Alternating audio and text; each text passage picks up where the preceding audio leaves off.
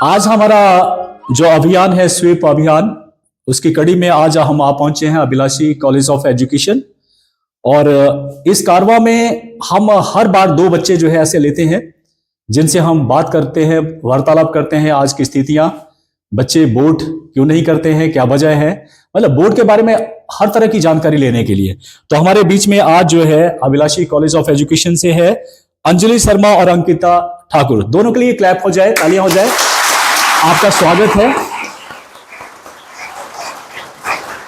सबसे पहले मैं अंजलि आपका एक तो पहले स्वागत हो चुका है।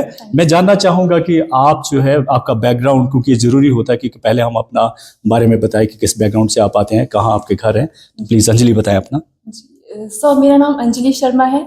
मैं देवभूमि हिमाचल प्रदेश के जिला मंडी के एक छोटे से गांव गोहर की रहने वाली हूँ। Very good. मैंने अपनी पढ़ाई government model senior secondary school Gohar से की है जी। और बैचलर ऑफ एजुकेशन की अभी डिग्री में हासिल कर रही हूँ अभिलाषी कॉलेज ऑफ एजुकेशन से। Very good.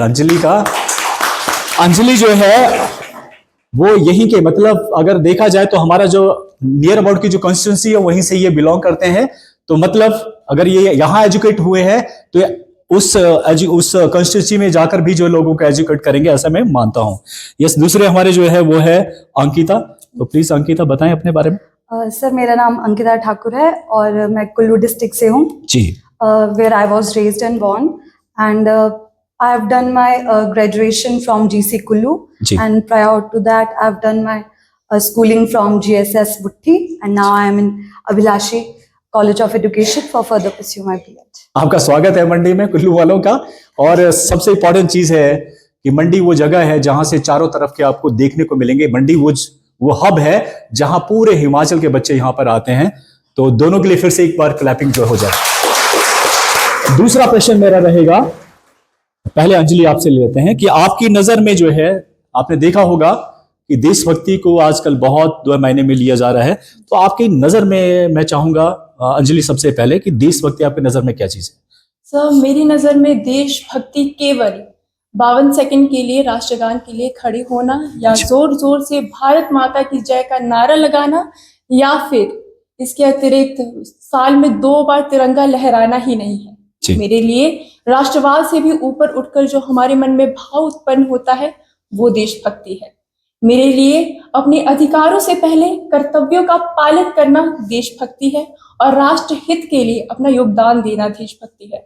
और मैं यह भी कह सकती हूँ कि इलेक्शंस में अपना वोट देकर राष्ट्र हित के लिए एक अच्छा नेता चुनना भी देशभक्ति है। Very good. अरे अंजलि ने कुछ नहीं छोड़ा, उसने इतना अच्छे से डिफाइन किया।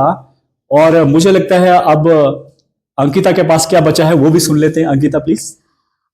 सर देशभक्ति मैं कहूंगी कि एक फीलिंग है सर देशभक्ति की, जो हमारा प्रेम हमारे देश के लिए है।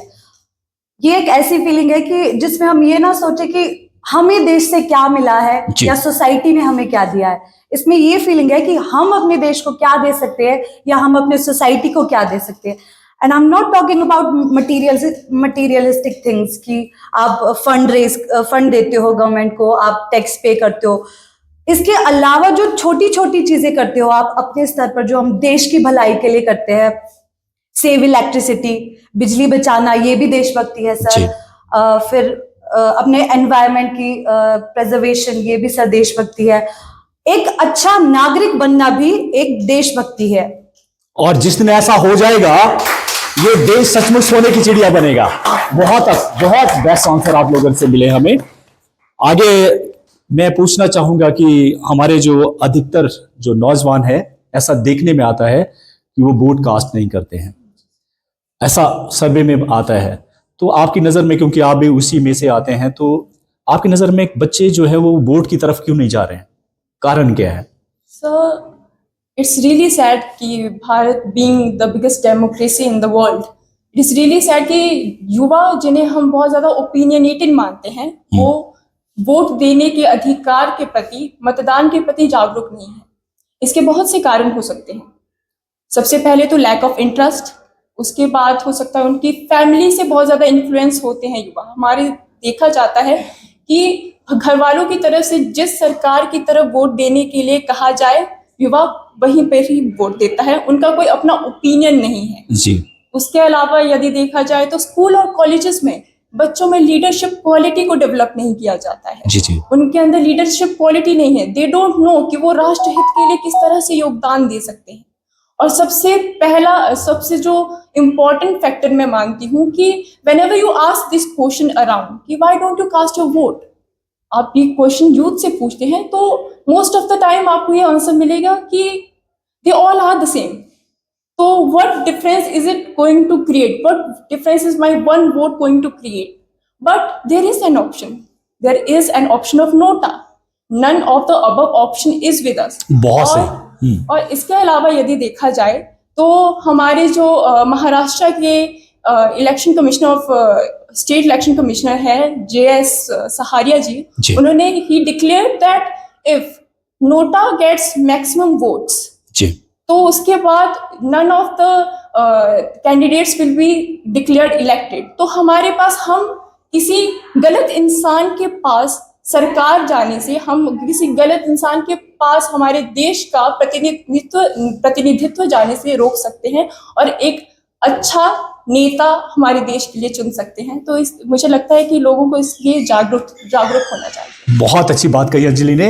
इसने अपने वक्तव्य में एक बात कही जो ध्यान देने योग्य है कि अगर आप अनॉयड है सभी जो आपके कैंडिडेट खड़े हैं और आपको वो पसंद नहीं है तो आपको क्या करना है? नोटा जो सबसे लास्ट में होता है, नन ऑफ द अबव, उसको दबाएं। मतलब आपको हर हालत में अपना वोट कास्ट करना ही करना है। चलिए यही अगर थोड़ा सा इसी क्वेश्चन के ऊपर थोड़ा सा नहीं, आपसे मैं थोड़ा सा अलग से पूछता हूं कि जो आपने वोट बना लिया अपना, आपने वोट भी कास्ट किया है, तो जब आप वोट कास्ट करते हैं, जाते हैं वोट कास्ट करने के लिए, तो आपके दिमाग में क्या आता है कि क्या पिक्चर लेकर चलते हैं?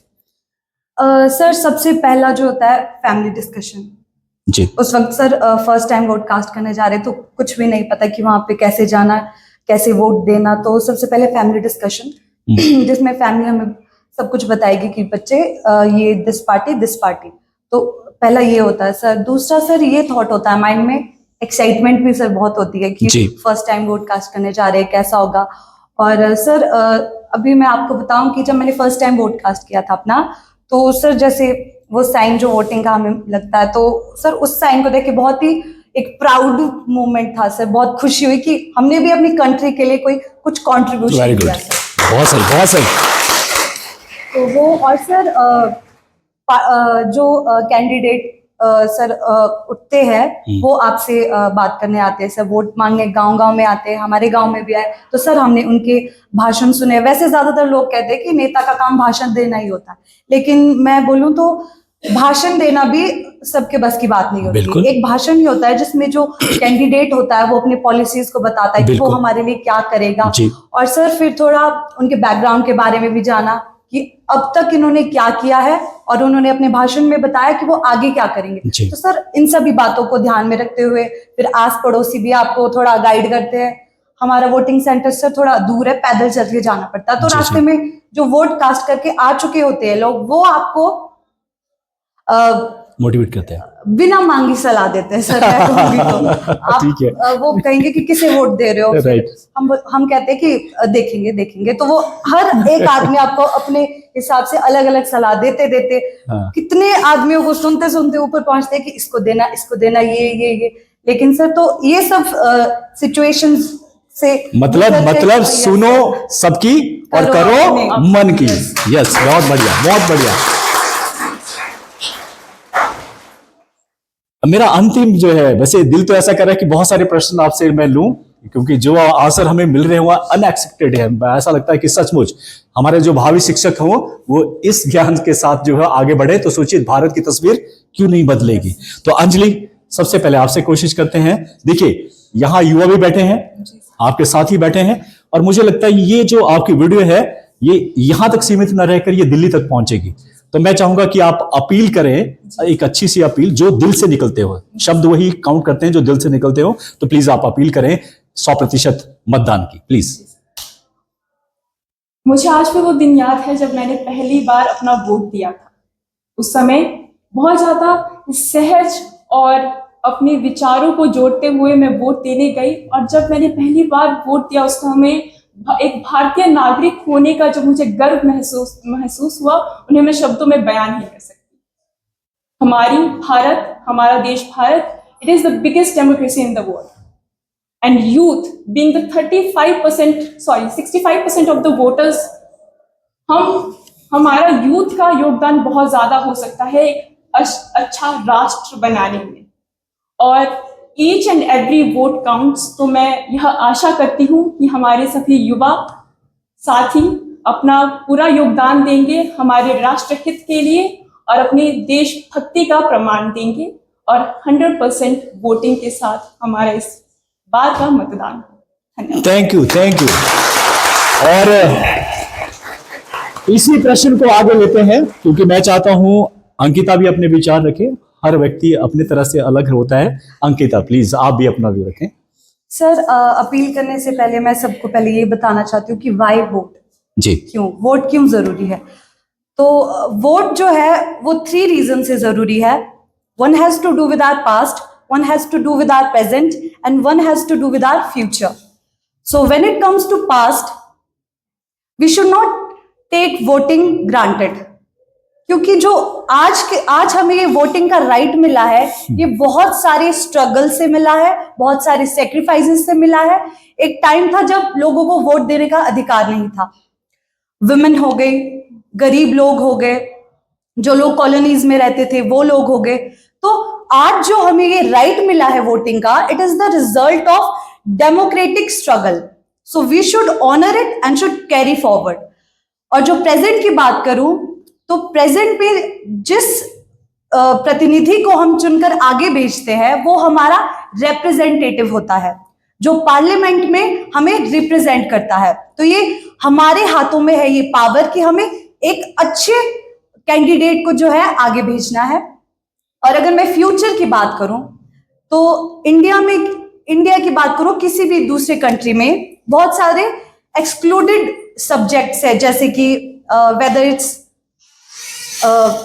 यंग पीपल, जो माइग्रेंट्स होते हैं, या फिर जो माइनर लोग होते हैं, छोटे बच्चे होते हैं, इन सभी की जो फ्यूचर से रिलेटेड जो रिस्पॉन्सिबिलिटी है, बागडोर है, उन सब का फैसला भी हम ही करते हैं, वो एक वोट डाल के।